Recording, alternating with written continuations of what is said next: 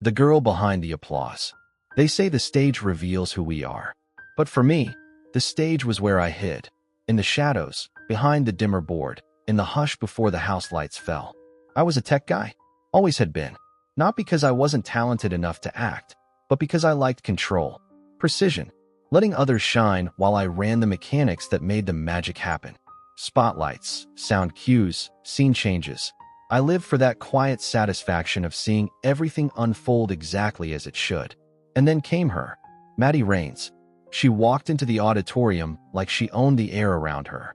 Blonde waves like sunlight, eyes that didn't just look at you, they read you, measured you. Her laugh wasn't loud, it was surgical, designed to land. Every head turned when she passed. She wasn't just magnetic, she was gravity. I met her during auditions for Hamlet. I was up in the tech box, checking mic levels through a headset, halfway through a cup of cold coffee. The kind of night where no one notices the guy behind the faders. She stepped on stage, Ophelia audition, and froze for a beat. Then she looked straight at the booth. Maddie, smiling, "Hey, you up there? Do I sound like a drowning girl or just a girl with a bad mic?" It broke the room. Everyone laughed, even the director. I pushed the mic level slightly, answered through the speaker. Me, awkwardly, "Try again." She laughed. After her monologue, which was brilliant, naturally, she walked straight up the aisle, right to the booth. No one ever did that. "Maddie, so you're the man with the power.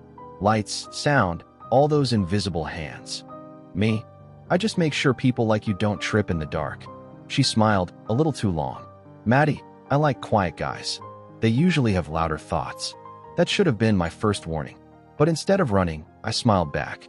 Our first real conversation happened 3 days later during a break in rehearsals. She sat beside me in the wings like it was the most natural thing in the world, like she hadn't just spent the last hour melting into character as Ophelia in front of a full cast. "Maddie, you always watch so quietly, like you're reading people." Me, "That's kind of my job. I need to know when to light someone's face or catch the edge of a sigh." Maddie, "Sounds lonely." Me, "Sometimes."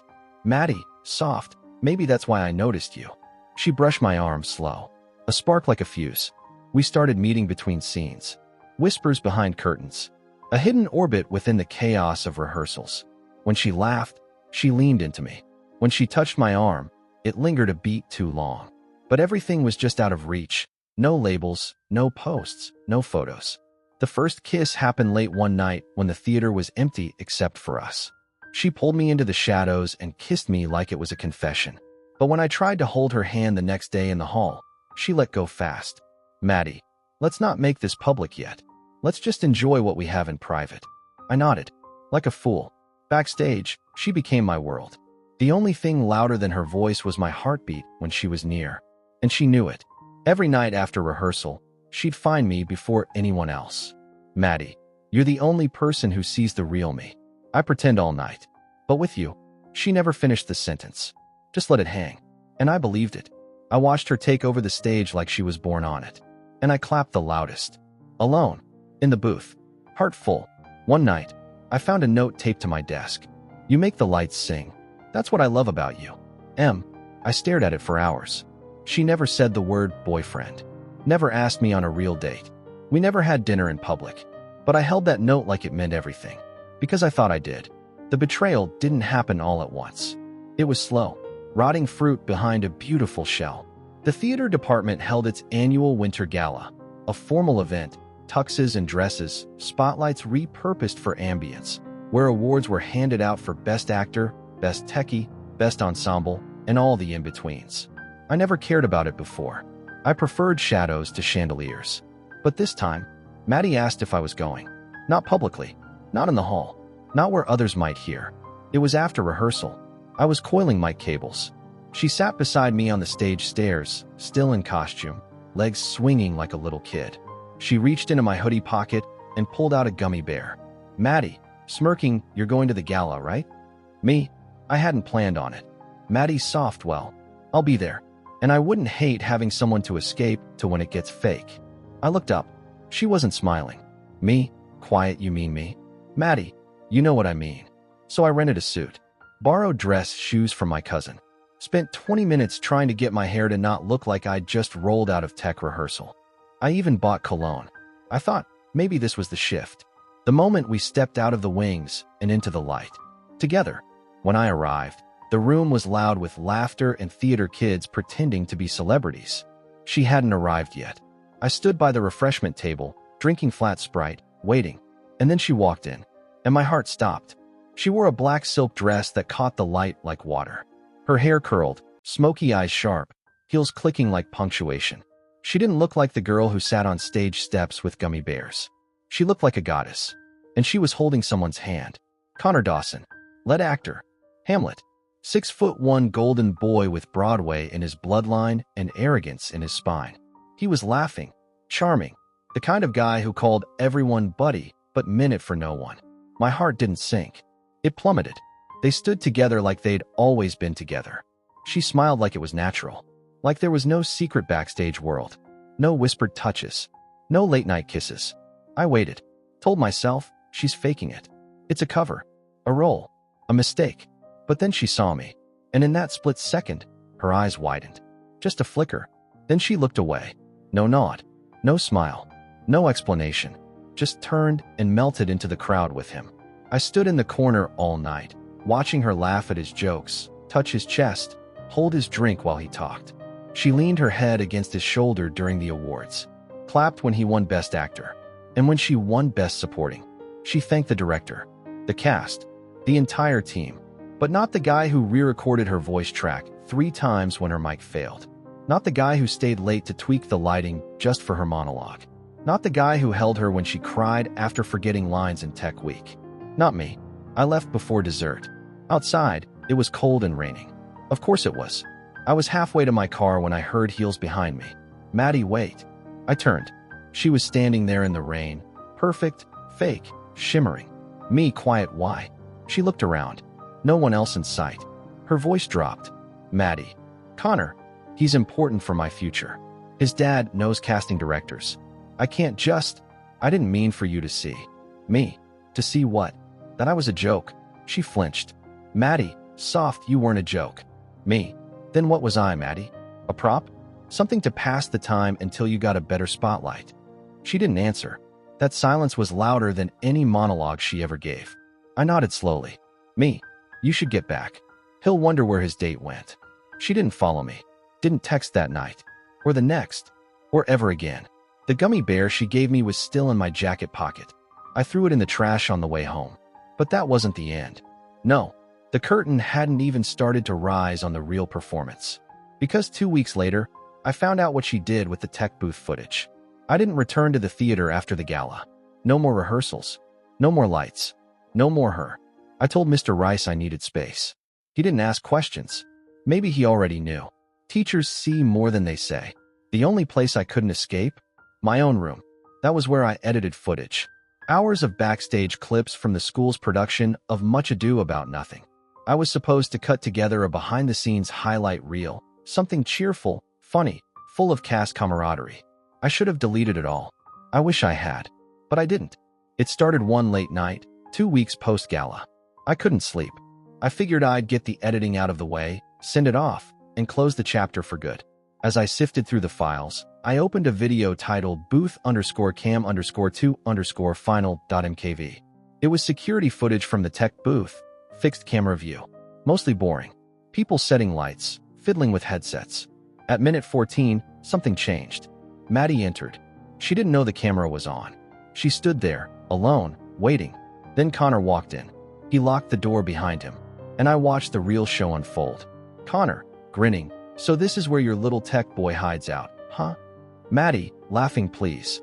He practically lives in here. Probably cried when I stopped visiting. Connor, mocking poor guy?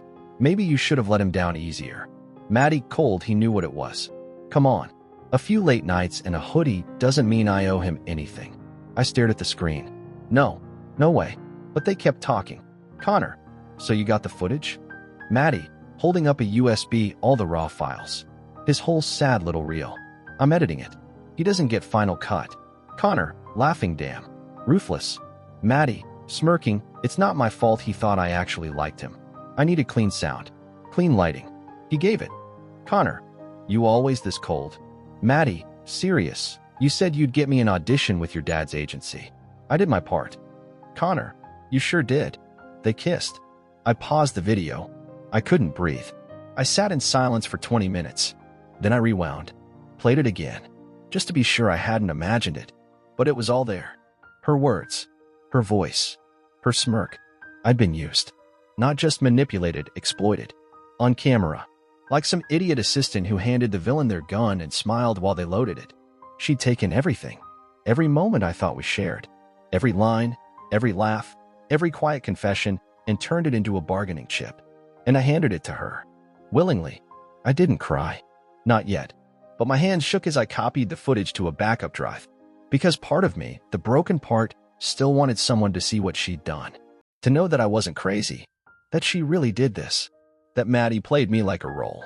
The next day at school, she walked by me in the hall like I didn't exist. Arm in arm with Connor. Hair perfect. Confidence glowing. But I saw it now. The truth behind the applause. I saw the monster wearing the actress's smile. And I still hadn't decided what I was going to do with the footage. But I knew one thing. This story wasn't over. She'd taken everything from me. And now, I had her performance. The real one. The one she didn't want anyone to see. I didn't plan revenge. Not at first. I just carried the USB drive everywhere, like a grenade with the pin half pulled, always in my pocket. I told myself I was holding onto the footage for closure. For proof. For safety. But really, I was waiting for the moment she smiled at me like nothing happened. Like I was still beneath her radar. Like she'd gotten away with it. And that moment came faster than I expected. The school held an assembly the Friday before spring break. A showcase of student projects. Music, art, drama, a little of everything. They even had a screen set up for AV presentations. Mr. Rice asked me if I'd be willing to show a short version of the behind-the-scenes reel. People would love it, he said. You did beautiful work. I nodded. And that night, I went home and rewrote the entire thing. I didn't delete the cheerful clips, the jokes, the cast hugs, the dramatic rehearsals. I left those in, but I inserted the truth.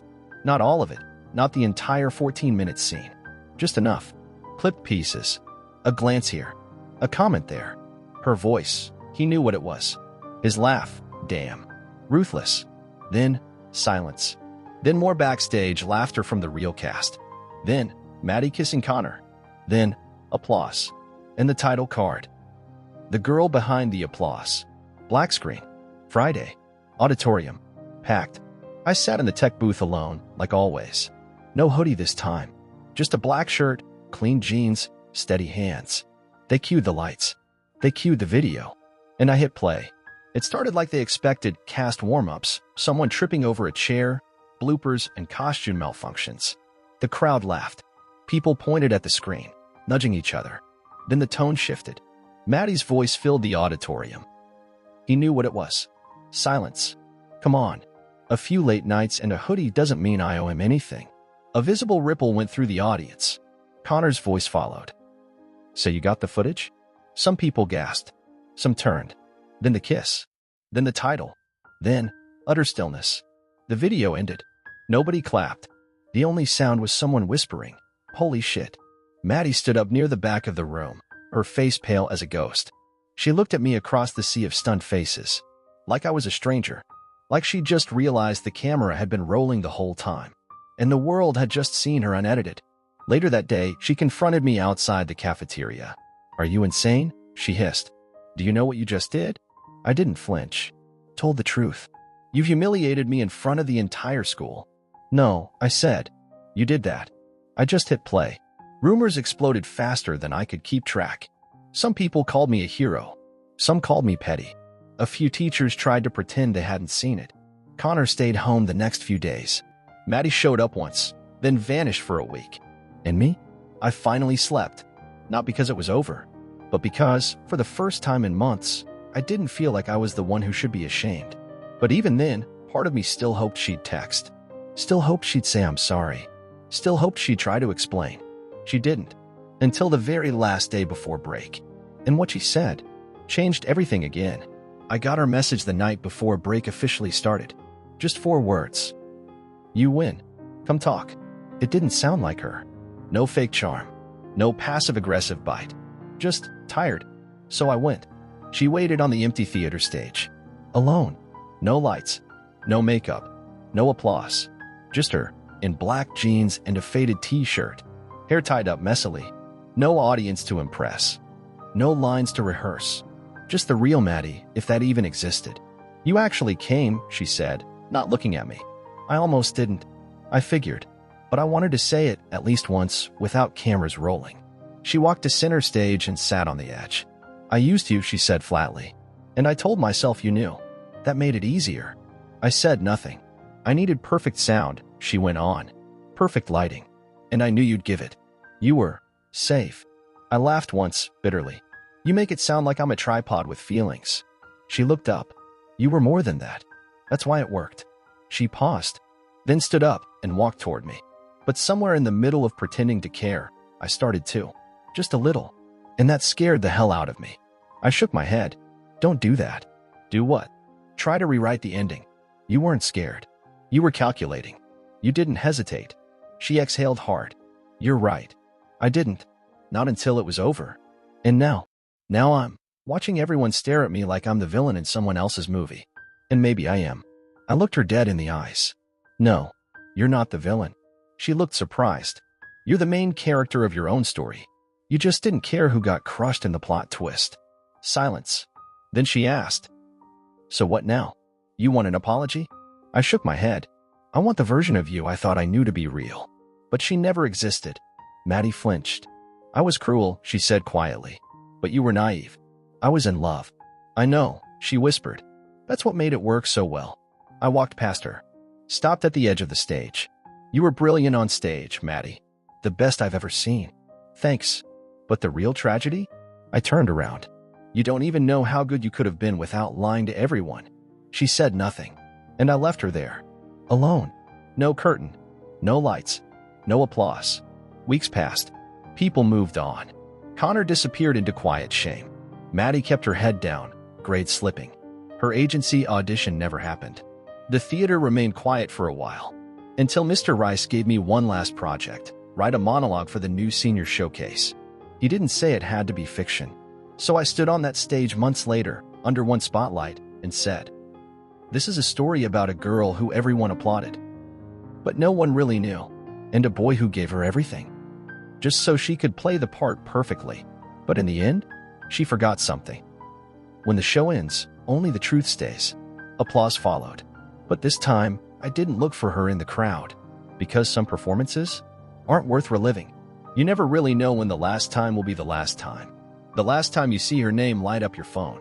The last time you imagine her smile before you fall asleep. The last time you replay a moment that never really belonged to you.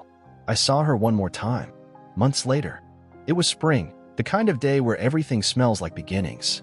I was walking across campus after class, earbuds in, head down, when I caught a glimpse of someone sitting on a bench near the library. Alone. Hair longer now. Eyes hidden behind sunglasses. But something in the posture made my chest tighten. It was Maddie. She noticed me a second later. Took off her glasses. For a moment, neither of us moved. Then she raised her hand slightly, a barely there wave. Hesitant. Fragile. I gave a small nod. That's all. No words. No confrontation. No revenge or forgiveness. Just a silent acknowledgement of everything that was said and everything that would never be. Later that night, I found a message in my inbox. Subject. No subject. I saw you today. You looked good. I still think about the booth light. The way you lit my face. You always saw the best angles of me. I never asked what you saw when the lights were off. I'm scared of the answer. I didn't reply. Not because I hated her. Not because I didn't care. But because I finally understood something. Some stories aren't meant to have second acts. Do I miss her? Sometimes. Not her, exactly. But the version I believed in. The late-night phone calls. The rehearsals filled with laughter. The spark in her eyes when a line landed just right. I miss the version of us that could have existed if none of it had been a game. But even those memories are fading. And in their place, there's peace. Not loud or dramatic. Just quiet. Like the sound of a theater long after the audience has left. Dust in the spotlight. Seats empty. Echoes lingering. They say you never forget your first heartbreak. But they never tell you the part that hurts most. It's not the betrayal. Not the lies. Not even the loneliness. It's realizing the person who meant the world to you was never really yours to begin with.